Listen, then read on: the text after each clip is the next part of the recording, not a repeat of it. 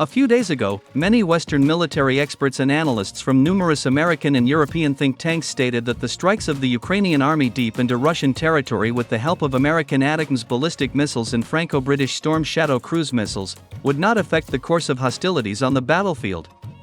Moreover, Western experts and analysts also said that these missile attacks deep into Russian territory would further anger the Russians, as a result of which the number of victories of Russian troops on the battlefield would double. And judging by the incoming information from the Special Military Operations Zone, these Western experts and analysts were right.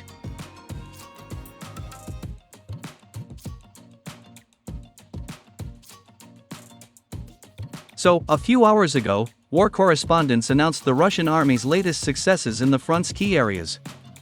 In particular, Russian and Ukrainian war correspondents declared the start of Ukrainian troops' pull-out from the settlement of Sansovka, in Kurakhovo direction of the front. According to them, this settlement is already under the full control of the Russian army. It is reported that units of Russian troops have already hoisted the Russian flag in the southern part of this settlement.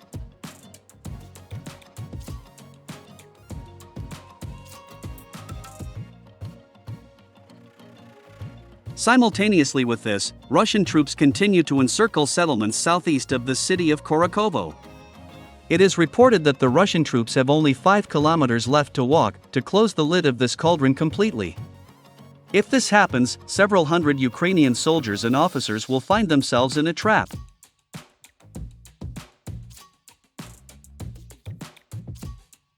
In Kurakhovo itself, the situation of the Ukrainian army has also deteriorated rapidly over the past 24 hours. Even Ukrainian propagandists can no longer hide the truth from the public. In particular, the Ukrainian news resource Deep State, working in the interests of the Ukrainian military department, was forced to admit that the Ukrainian army had lost control over most of the city of Kurakhovo. Moreover, these Ukrainian propagandists also admitted that the Russian army had taken full control of such settlements as Katarinovka and Antonovka.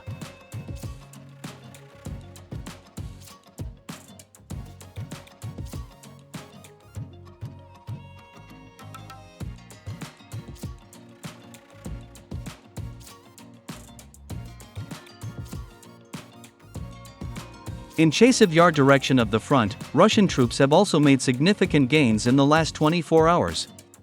In particular, war correspondents confirmed that Ivanova paratroopers managed to break through the Ukrainian army's defenses in the refractory plant area and enter the territory of this industrial enterprise. It is reported that as of November 21, 2024, Russian troops control 60% of the territory of this refractory plant.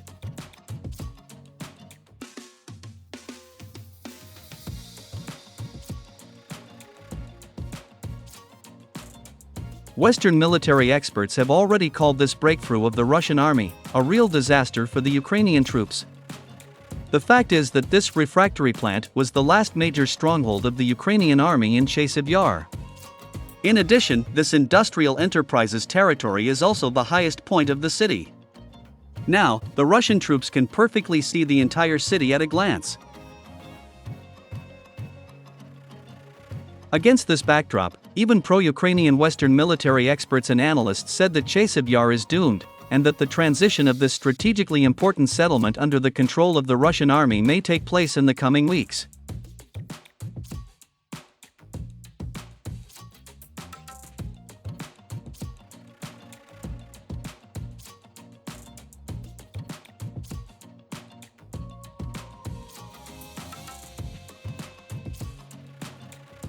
Meanwhile, the fighters of the group of troops under the designation Sever continue their successful offensive in the Kursk direction of the front.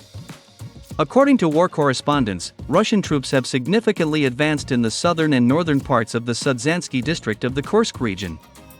Moreover, it was reported that in the Kursk region, Russian combat aviation began to use new types of guided aerial bombs of the Fab family with a special incendiary mixture.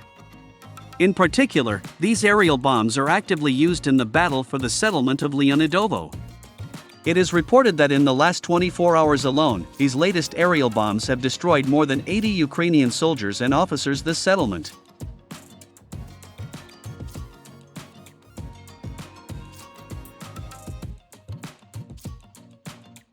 Despite the heavy losses in manpower and equipment, the Ukrainian army also does not abandon attempts to regain the recently lost settlements of Daryaino and Novoivanovka. It is reported that on November 20, Ukrainian troops attacked these settlements 6 times. However, the Russian Marines of the elite 155th Marine Brigade of the Pacific Fleet repelled all enemies' meat assaults, destroying 5 U.S. Bradley infantry fighting vehicles with Ukrainian paratroopers on board.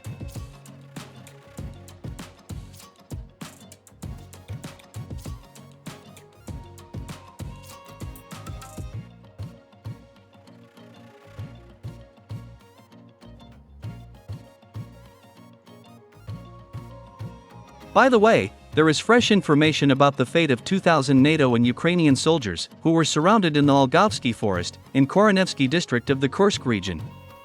In particular, the Russian Defense Ministry officially announced that Russian troops had completely destroyed the 17th Separate Tank Brigade of the Ukrainian Army, which was trapped in the Algovsky forest in early October this year. It is reported that this brigade also included foreign mercenaries and active duty soldiers of armies of NATO countries.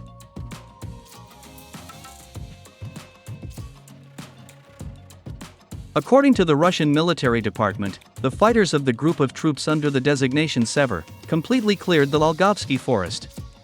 At the moment, all pockets of resistance in this area have been completely destroyed by Russian troops.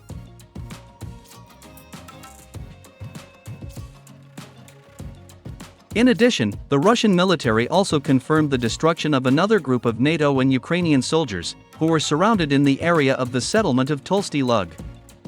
At the same time, it is worth noting that several U.S. Army officers were also among these soldiers. According to the Russian Marines, the military operation to destroy the encircled enemy forces in the Tolsty Lug area was launched immediately after the Algovsky forest was completely cleared. It is reported that Russian Marines destroyed Ukrainian and NATO soldiers with the help of massive shelling of this territory. In particular, Tornado-S multiple launch rocket systems with a cluster warhead were involved in this operation. As a result of these missile attacks, all life within a radius of several kilometers was completely destroyed. Let me remind you that a few days before, Russian Marines offered NATO and US Army officers to surrender or die.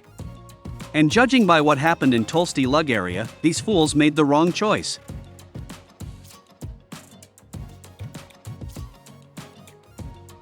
Commenting on the situation in the Kursk region, the commander of Spetsnaz Akhmat, General Apty Yalatinov, officially stated that despite heavy losses, the Ukrainian command and NATO generals continue to transfer a large number of foreign mercenaries and NATO soldiers to the Kursk region. According to him, in the last 30 days alone, Russian troops have destroyed more than 200 British, US, German, Polish, French, Georgian, Canadian, and Estonian citizens in the Kursk region.